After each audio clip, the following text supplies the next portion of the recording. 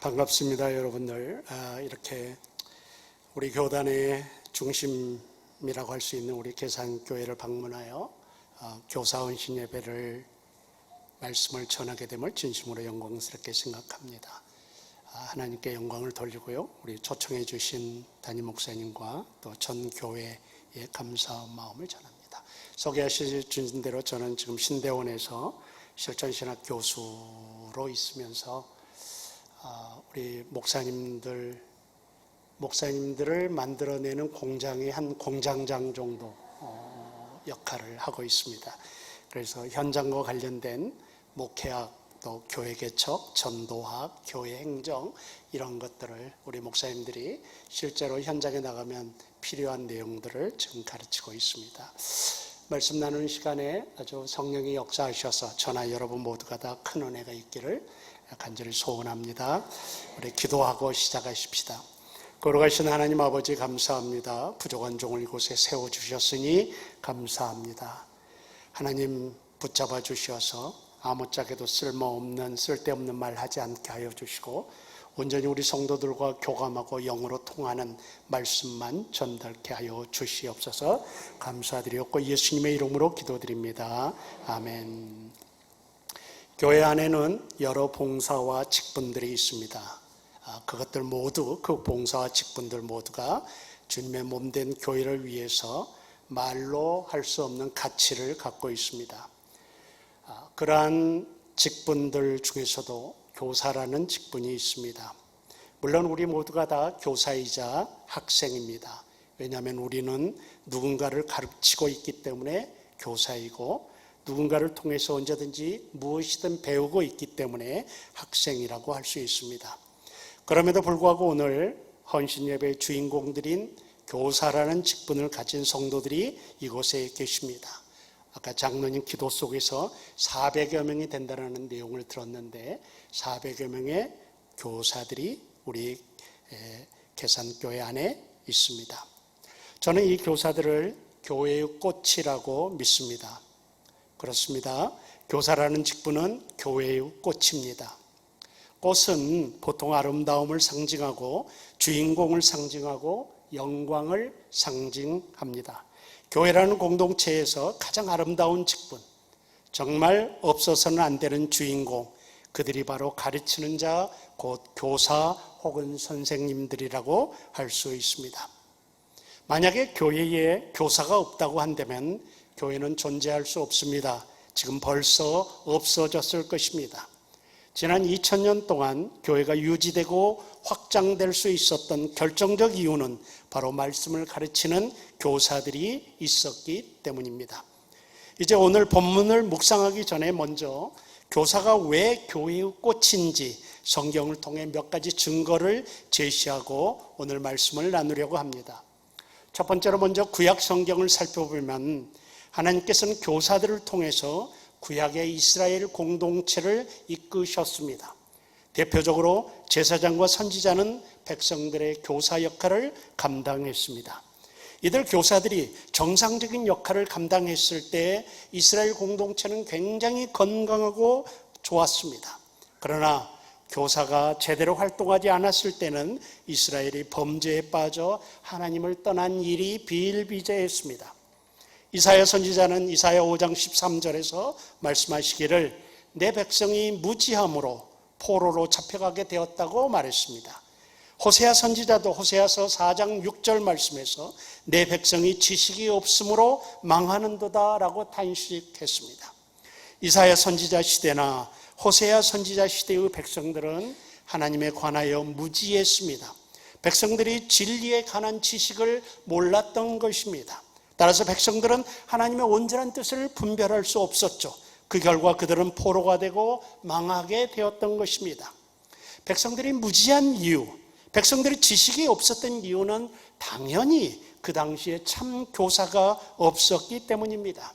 결국 이스라엘의 운명을 좌지우지했던 자들이 바로 가르치는 자들, 선지자들, 제사장들, 교사들이었던 것입니다.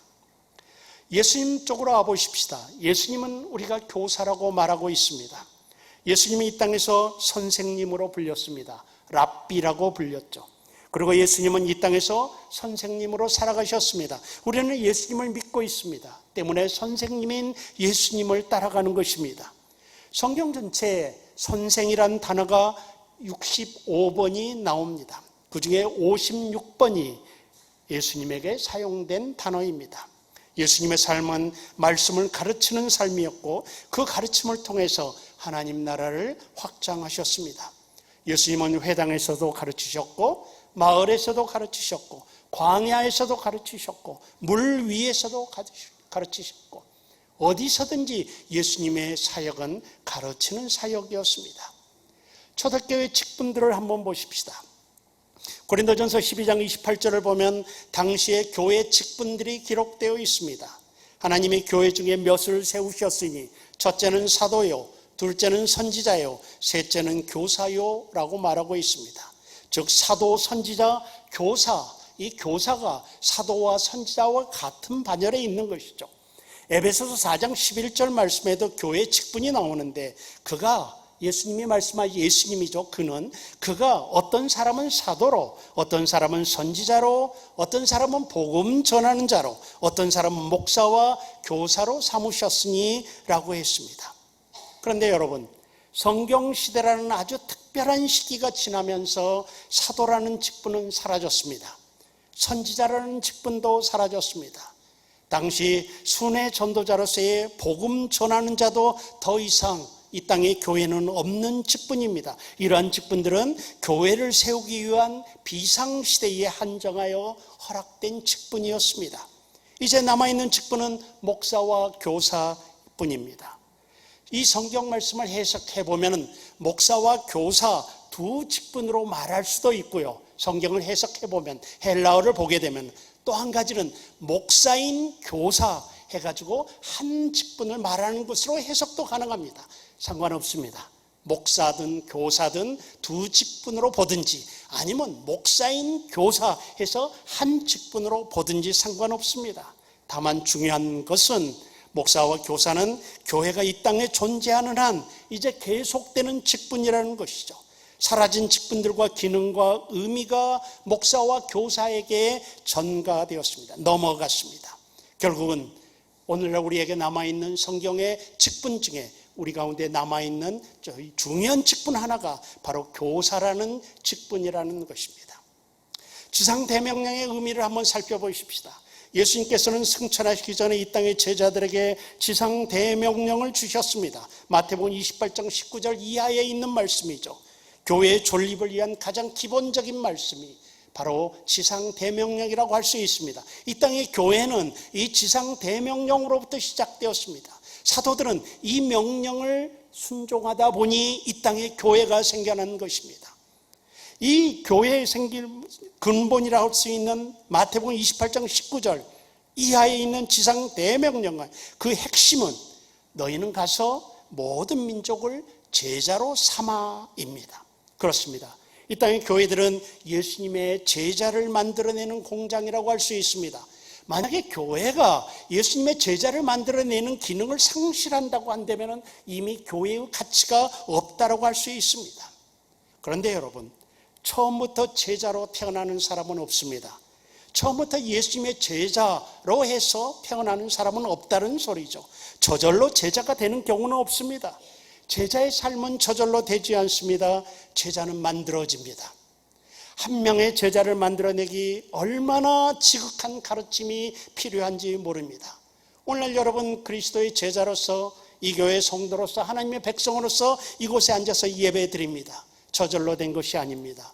누군가 여러분을 제자 삼기란 교사들이 있었기 때문입니다. 오늘 여러분이 이만큼 신앙생활하는 것이 결코 저절로 된 것이 아닙니다. 누군가에 의해서, 어느 교사인가에 의해서 여러분들은 양육을 받았고 교육을 받았고 그래서 오늘 이 자리에 앉아 있는 것입니다. 누군가라는 교사가 희생했기 때문입니다. 교사가 없이는 제자가 만들어내는 것이 불가능합니다. 제자가 만들어지기까지의 모든 공로는 교사들에게 있는 것입니다. 물론 교사 뒤에 어떤 직분을 갖고 있든지 간에 교사의 기능을 감당했기에 여러분과 제가 그리스도의 제자로서 오늘 이 자리에 앉아 예배를 드리고 있는 것이죠. 이러한 교사들, 성경 구약부터 신약까지, 그리고 오늘 이 교회에 있어서까지 이 상에서 살펴본 바와 같이 교사는 교회에서 없어서는 안 될 직분입니다. 교회의 꽃입니다. 이제 오늘 본문으로 돌아가 보십시다. 오늘 저는 설교 제목을 쉬지 않고 눈물로 훈계했던 교사 바울이라고 정했습니다. 우리가 읽은 말씀은 사도 바울이 에베소 교회 리더들에게 한 말씀 중에 한 부분입니다. 바울은 지금 제3차 전도 여행을 마무리하는 도중이었고 예루살렘으로 돌아가는 중이었습니다. 바울은 돌아가는 그 과정에 있어서 에베소에서 한나절 거리에 있는 밀레도라는 작은 항구 도시에 도착했습니다. 마치 에베소와 밀레도의 관계는 서울과 인천의 관계랑 비슷합니다. 서울의 대도시를 드나드는 항구가 인천 아니었습니까? 에베소라는 대도시를 드나드는 항구가 거기서부터 한나절 떨어져 있는 밀레도라는 항구 도시였습니다. 바울은 시간이 없었기 때문에 에베소까지 들릴 시간은 없었고, 그래서 돌아가는 길에 밀레도에 잠깐 내려서 에베소 교회 리더들을 밀레도로 불렀습니다. 그래서 밀레도 장로님들에게, 밀레도 교회 리더들에게 설교를 시작합니다. 이 설교가 오늘 말씀이 포함된 사도행전 20장 17절에서 35절에 이르는 설교입니다. 꽤 긴 설교죠. 이 설교는 사실 바울의 유언이나 다름이 없었습니다. 왜냐하면 바울은 이제 예루살렘에 가게 되면 잡히게 되고 로마로 압송되게 되고 거기서 결국은 순교할 것이기에 에베소 교회 장로님들을, 리더들을, 성도들을 다시는 볼 수 없었습니다. 바울은 분명히 이러한 사실을 알고 있었습니다. 우리가 읽지는 않았지만 22절 말씀을 보면은 보라, 이제 나는 성령에 매여 예루살렘으로 가는데 거기서 무슨 일을 당할는지 알지 못하노라 라고 이렇게 말하고 있거든요. 바울은 넌지시 짐작컨대 성령의 역사에 의해서 자신이 무슨 일을 당할지 알고 있었다고 저는 생각을 합니다. 다시는 에베소 교회 리더들을 볼 수 없었죠. 바울은 분명히 이러한 사실을 알고 그렇기에 바울은 이 마지막 설교를 정말 간절하게 했을 것이라고 저는 확실합니다. 이러한 설교 내용 가운데 일부분이 오늘 우리가 읽은 본문입니다. 우리가 읽은 내용을 보면 교사로서의 바울의 모습을 볼 수가 있습니다. 바울 자신을 교사로 보았죠.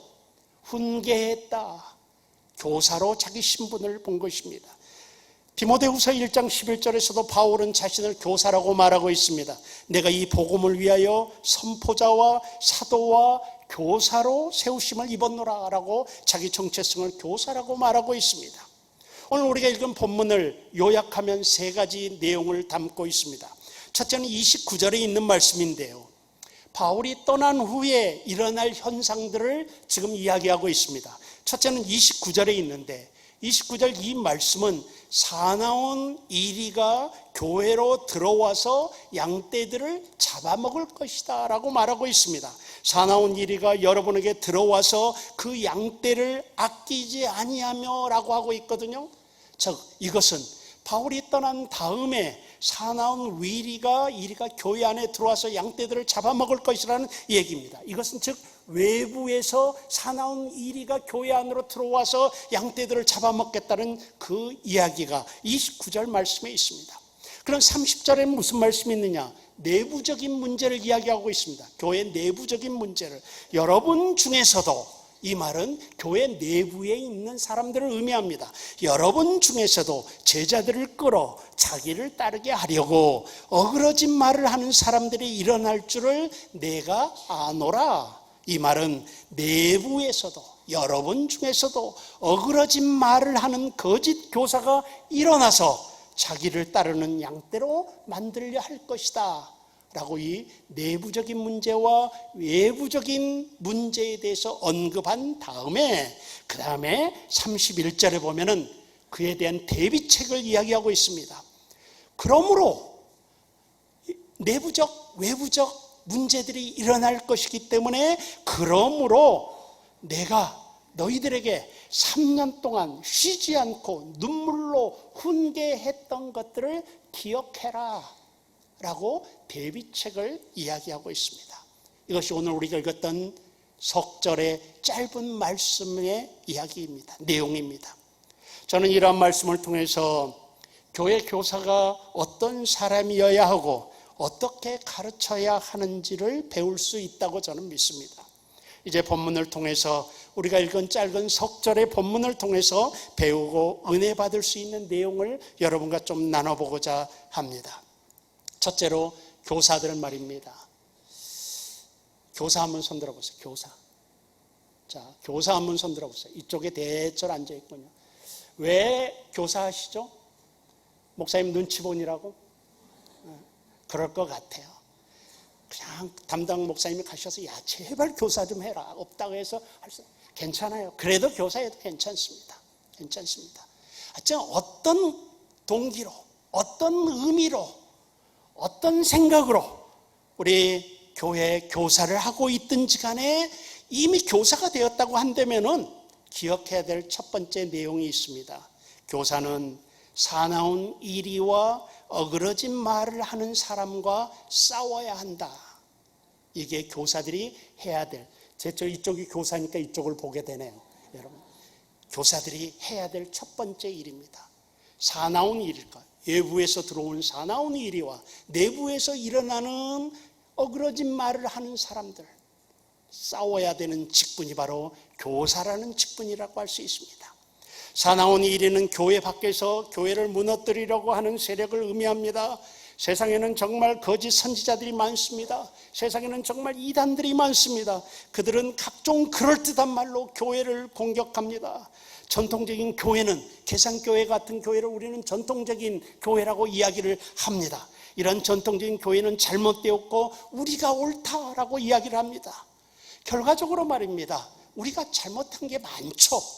우리들이 정말 생각해야 될 게 많습니다. 우리 전통적인 교회들이 고쳐야 될 것이 굉장히 많지만, 그러나 교회는 그 안에도 진리가 있는 것입니다. 많은 밖에 사나운 이리들은 이런 전통적인 교회들의 잘못된 점을 부각시켜서 계속해서 교회를 공격합니다. 결과적으로 자기네들만 옳다고 이야기를 하고요. 그리고 어느 한 인간을 우상화시키는 주장을 합니다. 교회를 넘어뜨리려고 하는 사나운 이리들입니다. 오늘날에는 우리 주변에 유사 종교들이 굉장히 많습니다. 유사 종교라고 하는 것은 종교 비슷한 가짜 종교들을 유사 종교라고 하죠. 참 종교는 우리 하나님을 믿는 종교뿐입니다. 우리들 뿐입니다. 그런데 이 세상에는 유사 종교들이 굉장히 많습니다. 이단들이 많습니다. 여러분 유사 종교만 있는 것이 아니라 대체 종교도 많이 있습니다. 종교를 대신하는 종교들도 세상에는 많습니다.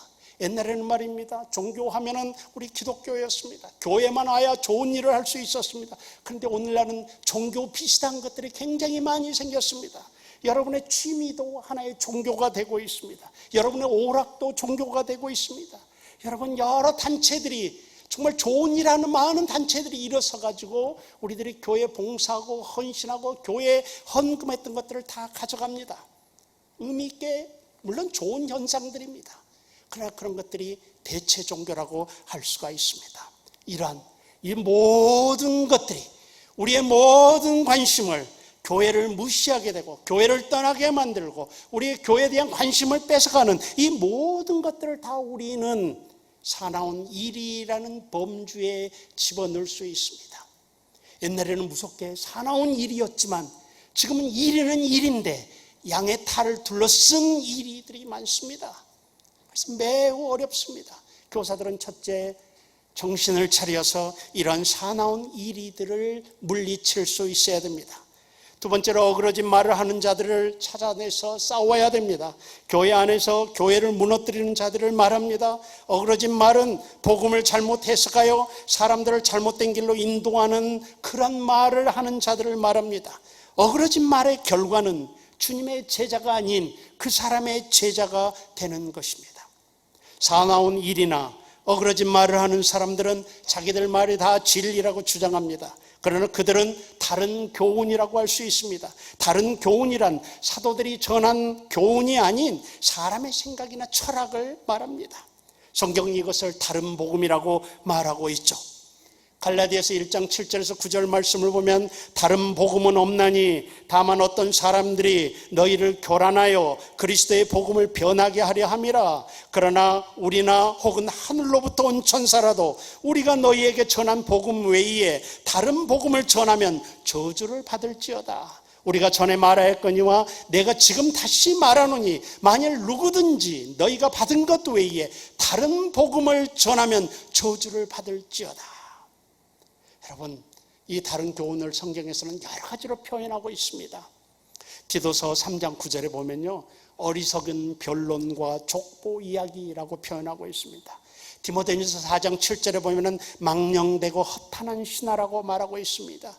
디모데전서 6장 4절에 보면 변론과 언쟁이라고 말하고 있습니다. 디모데후서 2장 23절을 보면 어리석고 무식한 변론이라고 말하고 있습니다. 디모데후서 2장 14절에 말다툼이라고 이야기하고 있고요. 성경에 보면 악성 종양이라고 말하고 있고요. 믿음을 무너뜨리는 말이라고 말하고 있고요. 이 모든 것들이 어그러진 말에 해당되는 말입니다. 오늘 교회 안에 이 어그러진 말들이 너무 많이 있습니다. 이런 어그러진 말들, 그리고 사나운 일이들, 교회 안에 어그러진 말, 교회 밖에 사나운 일이, 교사는 이러한 사나운 일이와 어그러진 말을 하는 사람들과 싸워야 하는 직분이죠. 그러기 위해서 어떻게 해야 되겠습니까? 내가 먼저 알아야 됩니다. 성경을 잘 알아야 되는 것이죠. 정확히 알아야 되죠. 진리를 바로 알아야 됩니다. 자신이 가르치는 내용, 즉 말씀을 정확하게 이해하고 있어야 됩니다. 결국은 여러분, 사나운 일이냐, 어그러진 말하는 사람이냐, 참된 진리냐는 결국은 열매로 알게끔 되어 있습니다. 마태복음 7장 20절에 이러므로 그들의 열매로 그들을 알리라. 너무나도 당연한 말씀인데요, 때때로 우리는 이 말씀을 열매를 보지 못하기에 현혹될 수도 있습니다. 물론 그렇지만 장기적으로 보면 열매가 다 나타나게끔 되어 있습니다. 어그러진 말 하게 되면요, 결국은 어그러진 말 하는 사람들 사당을 만들게끔 되어 있습니다. 결국은 주님을 떠나게 만들고 교회로부터, 공동체로부터 떠나게끔 만드는 게 어그러진 말의 결과인 것입니다. 여러분, 사나운 일이들, 이들 결국은 열매로 그들에게 나타납니다. 가정이 해체되기도 하고요, 어려움 속에 빠지기도 하고요. 누군가의 가르침이 아무리 그럴듯하고 명분이 있고 정의롭고 성경을 이용하는 신앙적인 말 같지만 결과적으로 성도로 하여금 교회로부터 멀어지게 하고 공동체로부터 이탈하게 만들고 결국은 사람들을 모아 사당화하는 가르침이라고 한다면 그 가르침은 어그러진 말임을 기억하기를 주의 이름으로 권면해 드립니다. 교사 여러분들은 오늘날 넘쳐나는 인터넷에 나와 있는 성경 정보, 성경에 대한 내용들 매우 주의하기를 당부드립니다. 교사 여러분들은 넘쳐나는 서점에 넘쳐나는 신앙 서적들을 잘 분별하기를 권면합니다. 어디서든 들을 수 있는 값싼 설교 주의하시기를 바랍니다. 이 모든 것들이 교회 밖 사나운 일이들이 될 수 있습니다. 사랑하는 성도 여러분, 그리고 교사 여러분, 본 교회의 가르침과 방향을 잘 따르고 받아들이는 그러한 교사들이 되기를 부탁합니다. 교사는 자신이 교회의 흥망성쇠를 좌우하는 직분이고 그 책임이 정말 막중하다는 사실을 기억해 주시기를 부탁합니다. 외부의 사나운 이리의 영향을 받아서 내부에서 어그러진 말을 하는 사람들을 잘 경계하시기를 주의 이름으로 부탁해 드립니다. 그래서 첫 번째로 말씀드린 것이 교사는 사나운 이리와 어그러진 말 싸워야 되는 사람들이다.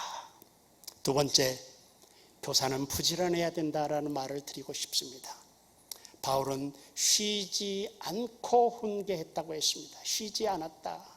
그래서 오늘 설교 두 번째 주제는 부지런해야 된다. 바울은 쉬지 않고 훈계했습니다. 맞습니다. 교사의 자세는 쉬지 않고 훈계하는 것입니다. 즉 부지런해야 한다는 것입니다. 첫째는 가르칠 것을 위해 부지런을 해야 됩니다. 여러분, 공가로 가르치죠? 뭐로 가르치죠? 우리 계산교회는 저도 주일학교 교사를 거쳤는데 주일날 아침에 공강 한번 대충 보고 와서 가르친 적이 없다고 말할 수 없지 않지 않을 것 같습니다. 여러분. 그래서는 안 되는 거죠. 사실은 안 되는 거죠. 정말 내가 가르칠 것에 대해서 열심을 내야 됩니다.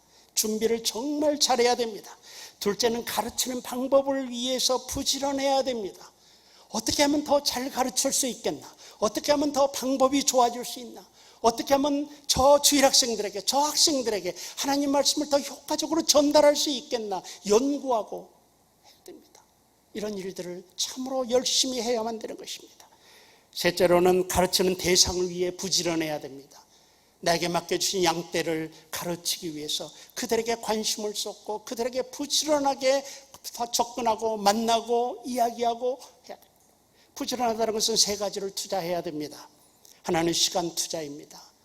또 하나는 노력 투자입니다. 정성을 투자하는 것이죠. 그리고 세 번째로는 재정을 투자하는 것입니다. 이게 바로 헌신입니다. 시간을 투자하고 노력을 투자하고 자기 재정을 투자하는 것. 하나님이 이 모든 것에 대해서 저는 갚아주신다고 확신합니다. 여러분. 교사는 이런 자세가 필요합니다. 부지런하게 자기 시간을 투자하고 자기 노력을 투자하고 자기 재정을 투자해서 한 영혼을 제자와 삼는 데 있어서 부지런하게 일해야 하는 것입니다. 내가 가르칠 내용을 위해서 부지런해야 되고 내가 가르칠 방법에 대해서 부지런해야 되고 내가 가르치는 대상에 대해서 그의 목소리를 알고 그가 내 목소리를 아는 참 목자가 되기 위해서 노력해야 됩니다. 바울은 그랬던 것입니다. 쉬지 않고 훈계했다는 말이 바로 그런 의미입니다.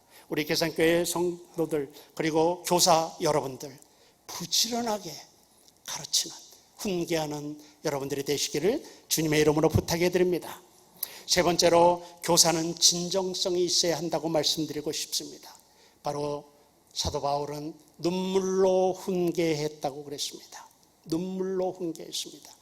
교사들은 먼저 우리 인간이 어떤 존재인지를 아는 것이 중요하죠.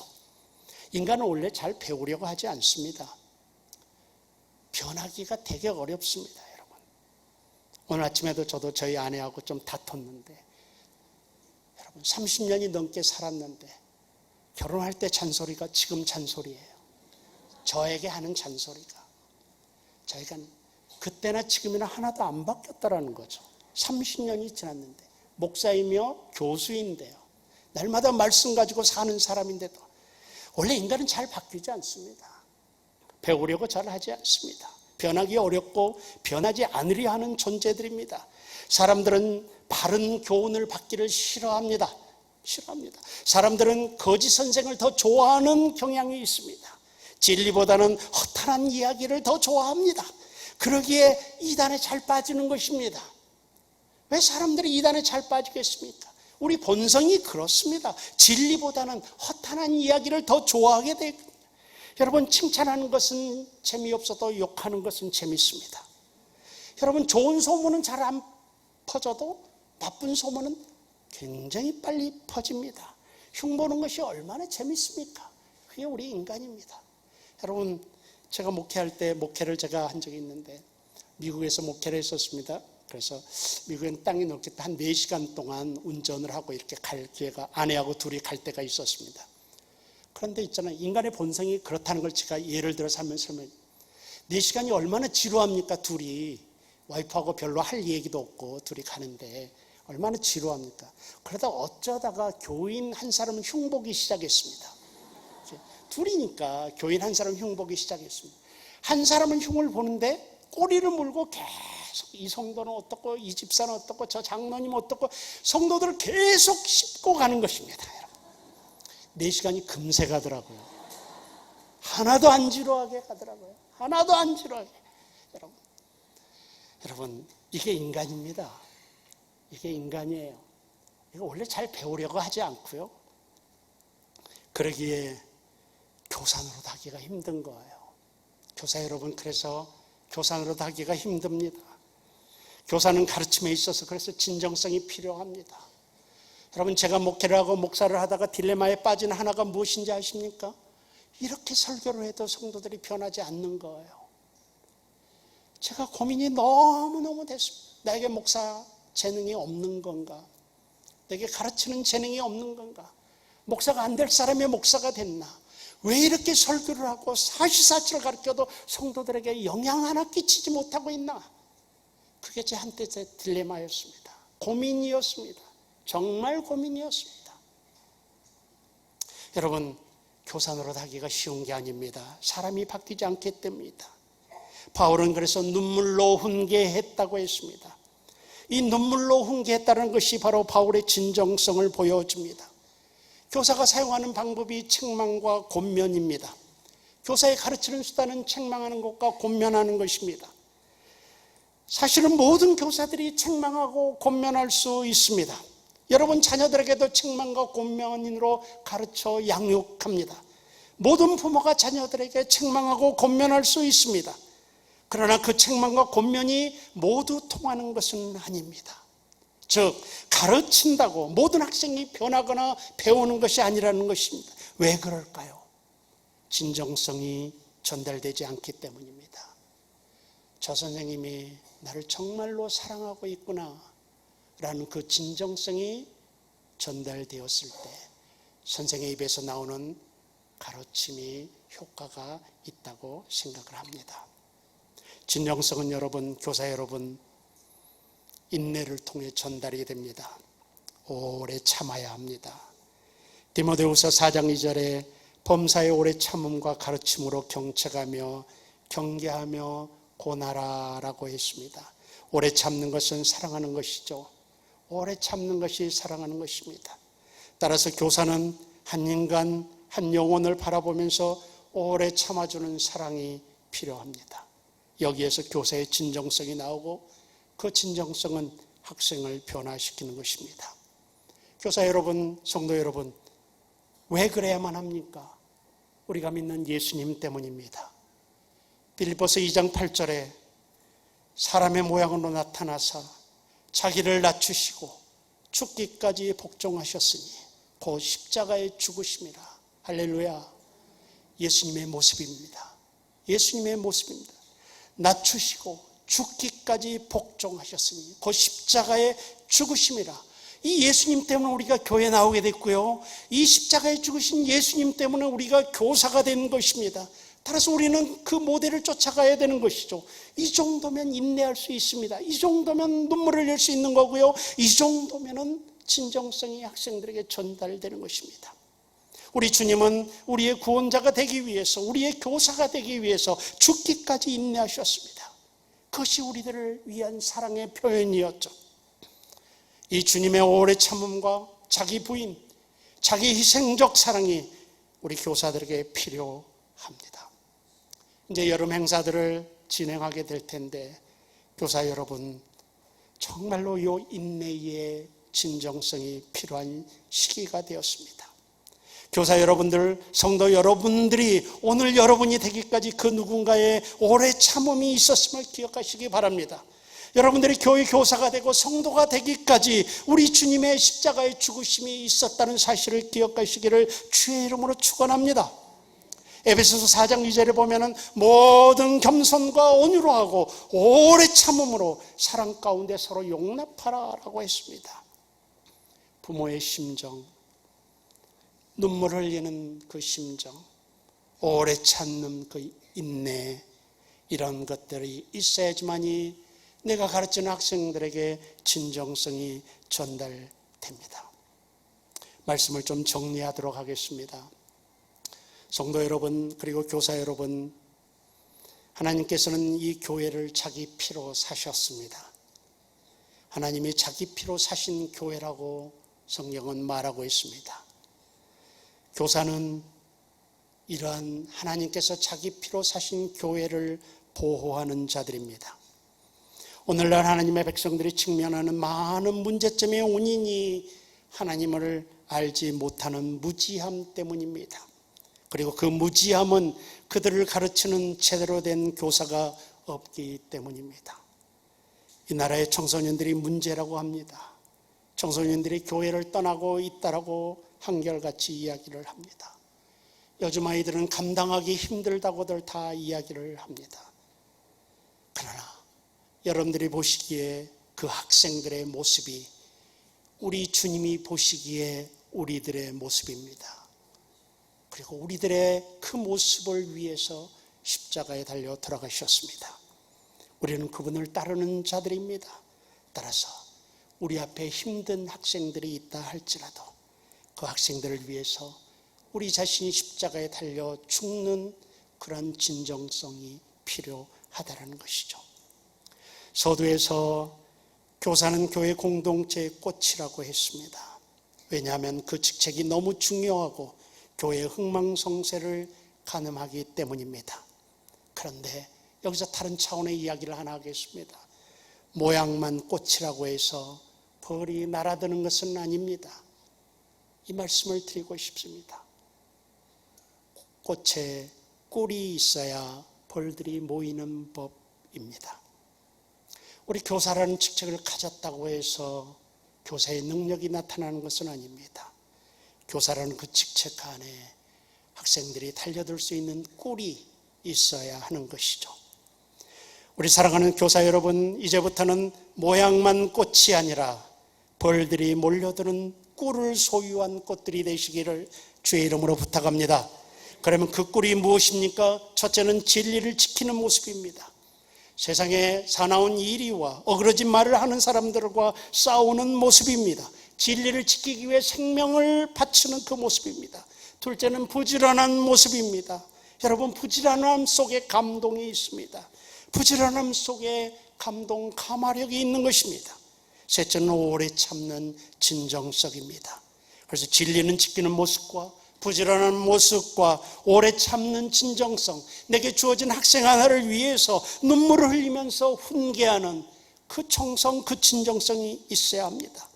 위대한 그리스도인들 뒤에는 그들을 가르쳤던 이름 없는 주일학교 교사들이 있었음을 기억하셔야 됩니다. 사도 바울처럼 쉬지 않고 눈물로 훈계하는 계산교회 교사들이 되시기를 주의 이름으로 축원합니다. 교회에서도 교사들을 존중하고 정말 아꼈으면 좋겠습니다. 교사들에게 많이 투자하고요. 교사들에게 밥도 좀 많이 사주고요. 그래서 바울과 같은 교사들을 길러내는데 전력을 다하는 교회가 되었으면 좋겠습니다. 그렇게만 된다면요, 사랑하는 우리 성도 여러분, 계산교회의 미래는 하나님의 축복 속에 있으리라고 확신합니다. 물론 열매는 꽤 기다려야 됩니다. 가르치는 곳에 투자하는 것은 열매가 꽤 더디게 맺히는 법입니다. 그럼에도 불구하고 교회가 주일학교에 교사들에게, 학생들에게 투자하는 그런 교회가 되었으면 참 좋겠습니다. 오늘 말씀을 통해서 여러분 모든 교사들과 모든 성도들이 진리를 지키고 부지런하고 오래 참는 그런 눈물을 흘리는 교사와 성도들이 되시기를 주의 이름으로 축원합니다. 기도하십시다. 하나님 감사합니다. 고맙습니다. 오늘 바울의 모습을 보면서 에베소 교회에서 교사로서 그가 어떻게 행했는지를 짧은 말씀을 통해서 들었습니다. 하나님, 거룩하신 하나님, 우리 계산교회를 기억하여 주시옵시고 이 교회에 속한 모든 교사들에게 하나님의 큰 축복이 있게 하여 주시기를 소원합니다. 열심을 다해서 눈물을 흘리면서 진리를 위해서 헌신하는 교사들 될 수 있도록 인도해 주시옵소서. 아버지 하나님, 여름 행사 동안에 이 교사들을 사용하셔서 주님께서 일하실 터인데 이 일을 통해서 교회가 부흥하고 영향력을 행사하고 이 땅 하나님 나라를 확장하는데 부족하지 않는 훌륭한 도구들이 되도록 인도해 주시옵소서. 예수님의 이름으로 기도드리옵나이다. 아멘.